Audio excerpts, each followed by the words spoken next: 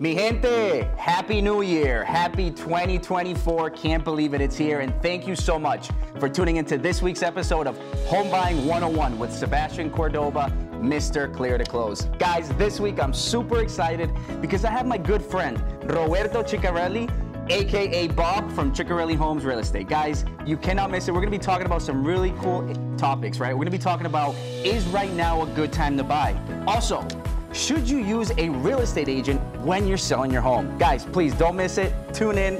Let's talk some real estate. Like it, comment, subscribe it.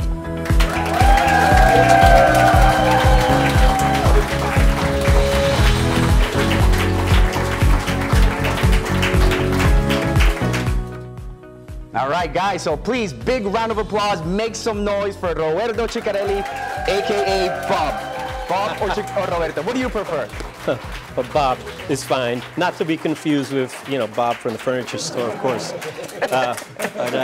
Unless you can roll the R. If you can roll the R and say Roberto, then call me Roberto. That's my God-given name. Otherwise, Bob is perfectly fine. 35 years of being called Bob. I'm used to it. Love it, Bob y Roberto. I think I could throw them both in there, maybe. Yes, the Portuguese community, Spanish community, they tend to roll the R's a lot better, so they generally will want to say Roberto. Well, my friend, thank you so much for coming. My pleasure. All right, appreciate it. I'm super excited to have you on here because I know you're committed to also serving and educating the community and just making sure that we're able to give as much resources to the community, right? Exactly, exactly. I think it's very important. I have a saying that, kind of simple. It's when you're buying a home or you're selling a home, it's not a bicycle. It's a home. This is possibly your biggest investment in your life that you're either buying or selling. So it's good that you're fully informed. Yes. And I personally, my agency, Ciccarelli Homes Real Estate, we take pride in making sure that our clients are fully informed of every step of the way. Love it, love it. And before we get into these good topics, Bob, tell us a little bit about who Roberto is, where you came from, Yes. Who's Bob? Well, my name is Roberto Victor Ciccarelli Cintron Rodriguez Medina, but you can call me Bob, as I said. I've been in real estate for about 35 years, ever since I got out of the United States Navy. And I sold about $250 million worth in homes. So I pride myself in that. But most of all, we have a lot of repeat clients, generational clients that work with us. We are licensed in Massachusetts and in New Hampshire, but generally we sell real estate more on the eastern shore of Massachusetts, north and south, down all the way up to the Cape, nice. And all the way up to southern New Hampshire.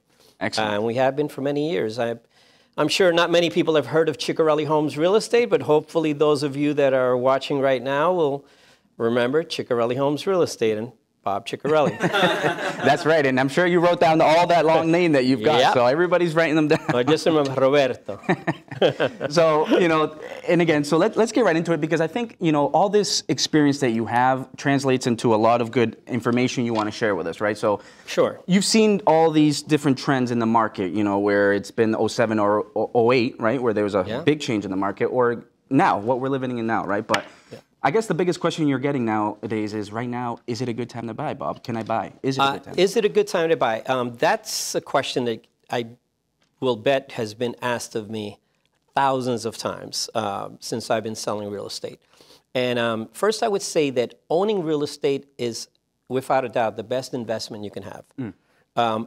Proven time and time again, historically, to always stand the test of time. So regardless of the highs and the lows, as long as you're willing to ride out the lows when they come, believe me, when the lows come and you hang on to your property, as long as you don't need to sell it, it'll recuperate any loss of value and then some, and that's a historic pattern. So as far as owning real estate, best investment you can have. But is it a good time to buy right now? Absolutely. It's always a good time to buy.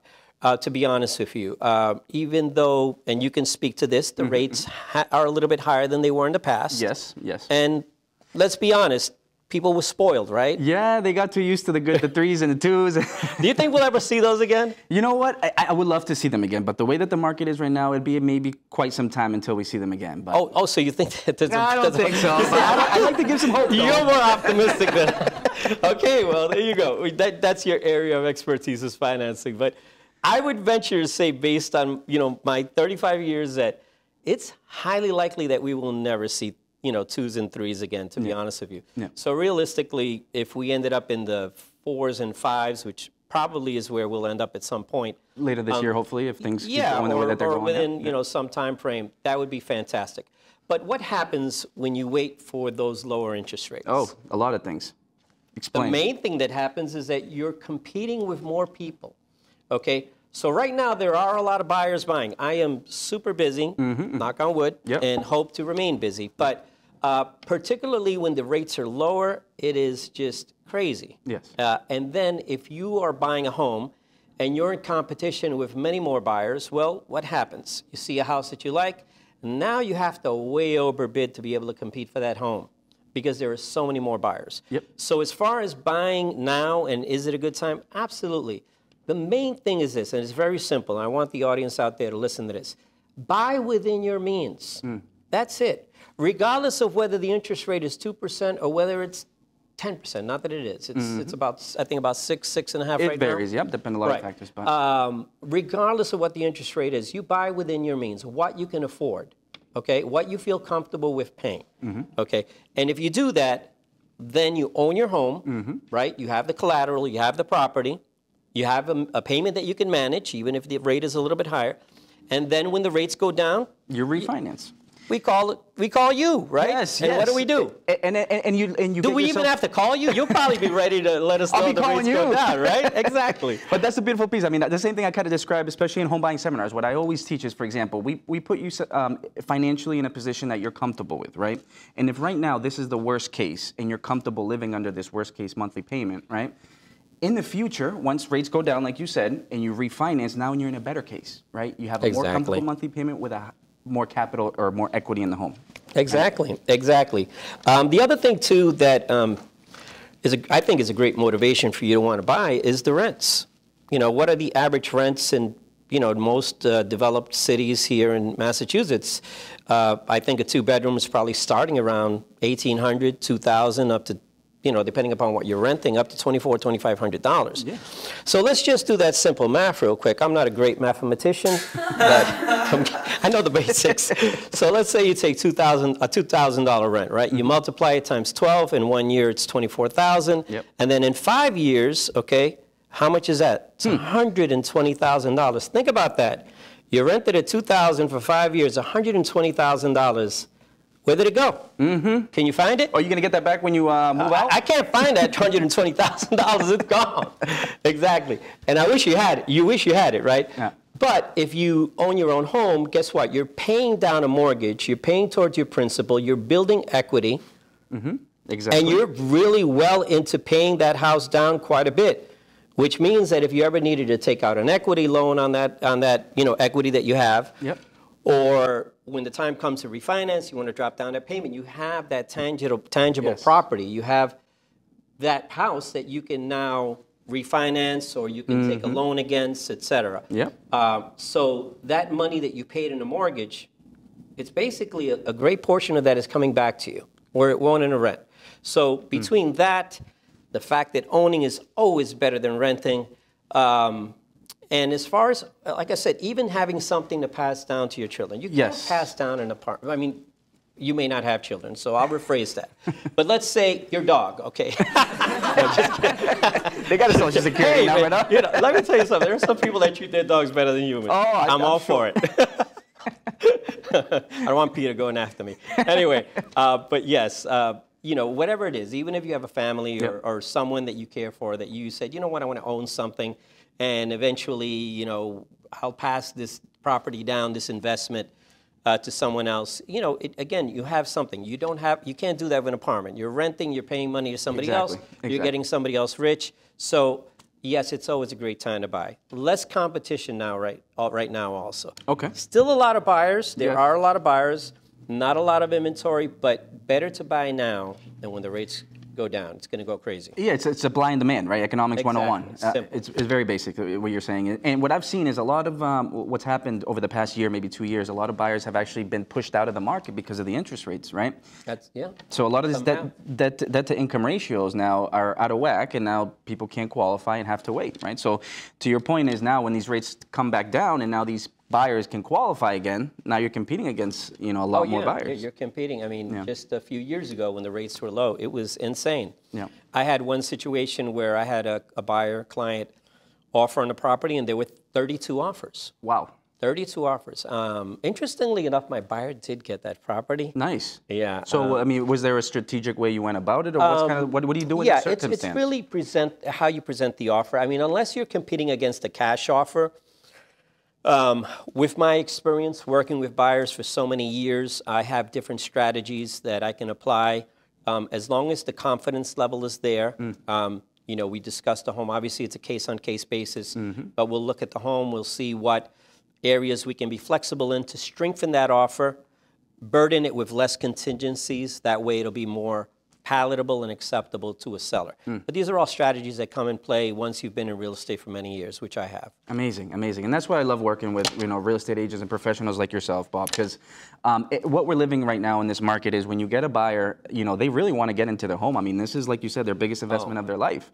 So you can't waste their time, putting them into a part-time realtor, somebody who's not going to dedicate and put their full attention to them. So yeah, I've had buyers literally, tell me, hey, Bob, this is my house. I can't lose it. I want this house. Not in a threatening way, but in a threatening way. No. In the friendly, threatening Not way. in a friendly, threatening way.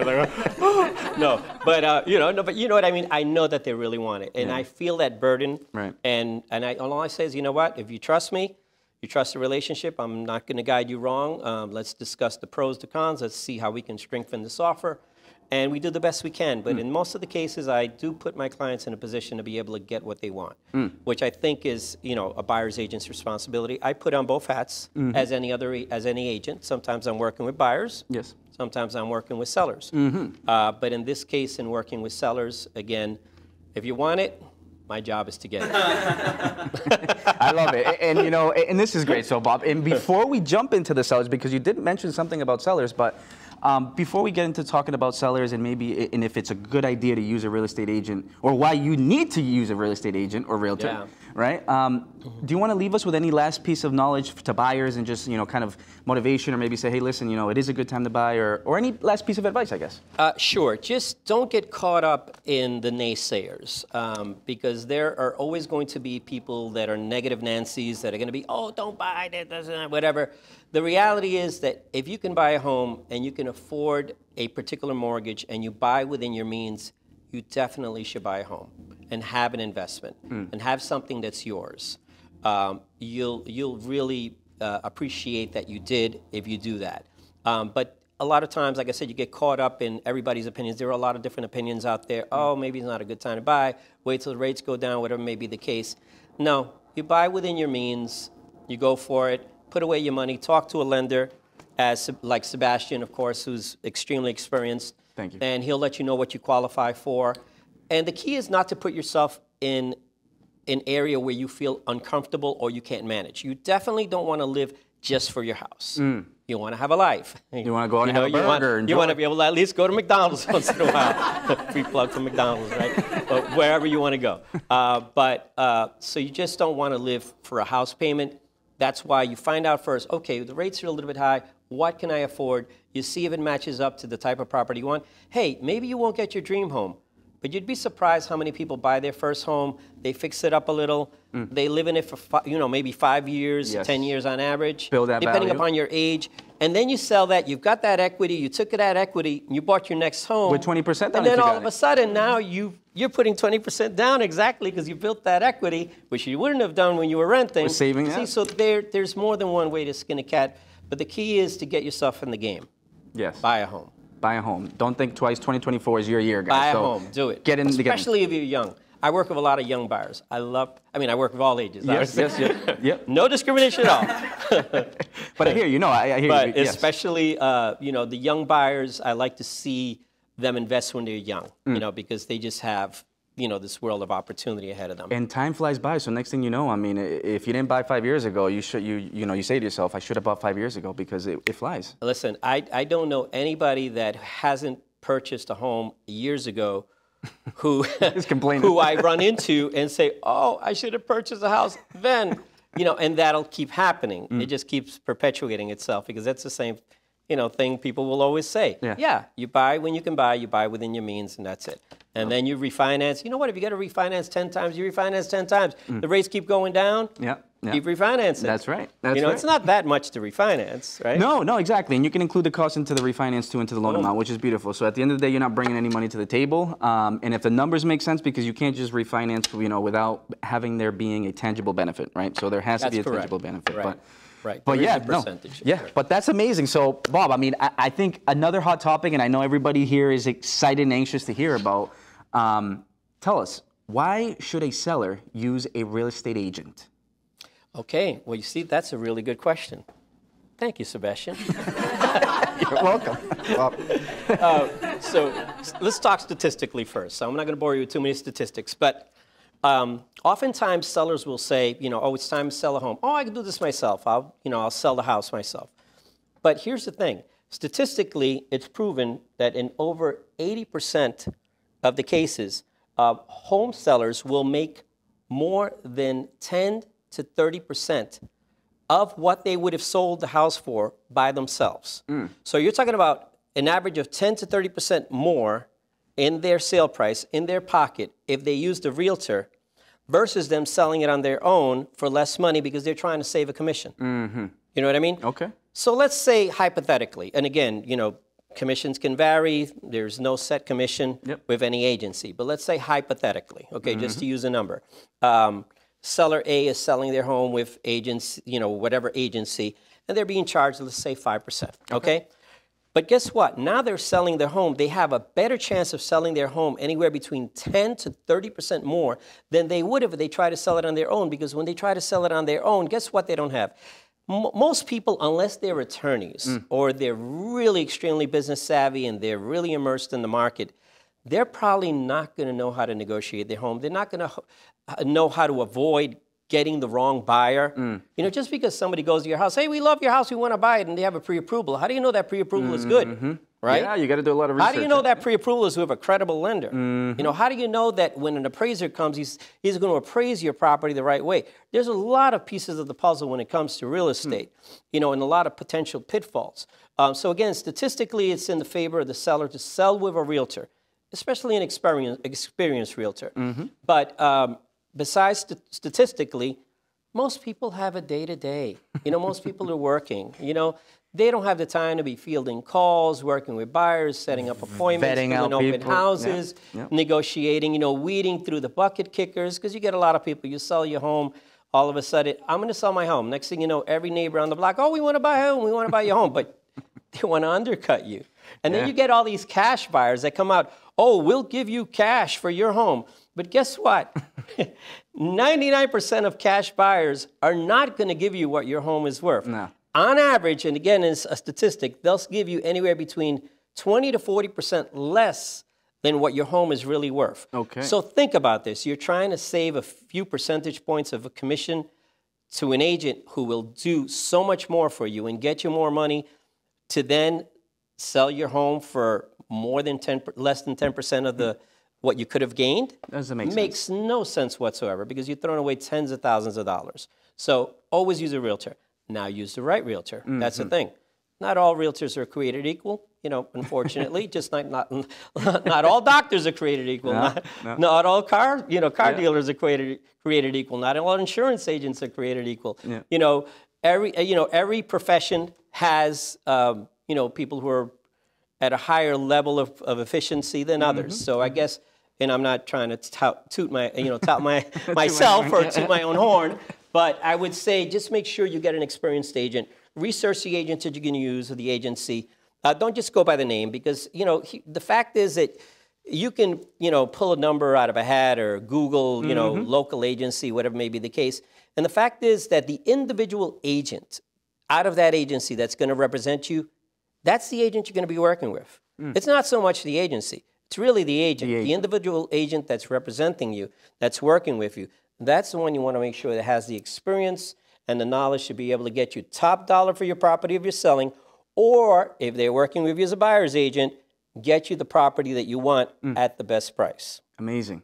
Amazing. That's huge. That's huge, Roberto, because, you know, what you're saying is valuable. I mean, and literally, right? Because people are trying to save a little bit of money where they're losing a lot more money what they could be gaining. Makes no sense. You know, so that's huge because I think the biggest point you're saying is, yeah, definitely work with an experienced realtor, somebody who's been in the game for a while. Yes, the agency is pretty and it can bring some bright colors, right, or lights, but at the end of the day, it's the agent who you're going to be working with. And it could be a young agent too. Don't get me wrong. There are agents that come into the field that are very dedicated and learn the business well, and are to be commended, and I know quite a few of them, and that's fine. But the main thing is interview the agent, get to know them, make sure that they really know their stuff. What is their strategy when it comes to selling your home? And if they're a young agent but they work in a team and there's more experienced agents, that'd be fantastic. But if it's an individual agent and has a significant amount of experience and a great resume, that's also good. Just make sure you just don't pull a number out of a hat and say, hey, you represent me, and you don't even know, you know, the credentials of that person. That's the key. Love it, love it, love it, love it. And I'm sure everybody, the notebooks are packed because that was good information you've been giving. Roberto, Bob Ciccarelli. I'll definitely take care of it. So, Bob, you know, before we let these beautiful people go, you know, what's one last piece of, I guess, knowledge or one last piece of advice you want to leave us with? And, but more importantly, Bob, what's the best way that everybody can reach out to you? Well, me personally, if you want to write down my phone number, it's 978-902-4220.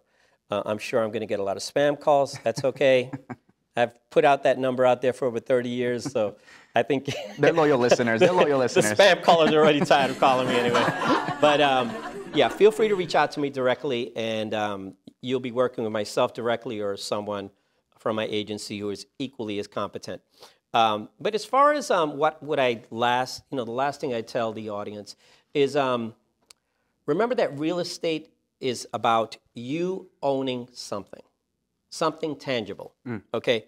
The American dream, if we want to call it that, and America's a melting pot, Marlboro in particular. I live in Lowell, also a melting pot. You know, the fact is that our ancestors, you know, our family members, you know, have come here with a dream of owning something.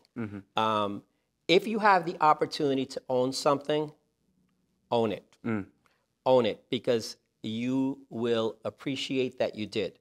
Again, own, buy within your means. You can refinance down the line if you want to, or if you're going to sell, that's fine, because sometimes you got to relocate for, you know, business purposes, maybe a new job, whatever may be the case. But owning real estate is the American dream. So if you can own real estate, definitely do it. Get yourself a good realtor, get yourself a great lender, and do it. Love it, Bob. I appreciate it, my man. Thank you so much. My pleasure. Thanks for having me on. No, thank you for coming in. I look forward to having you on again.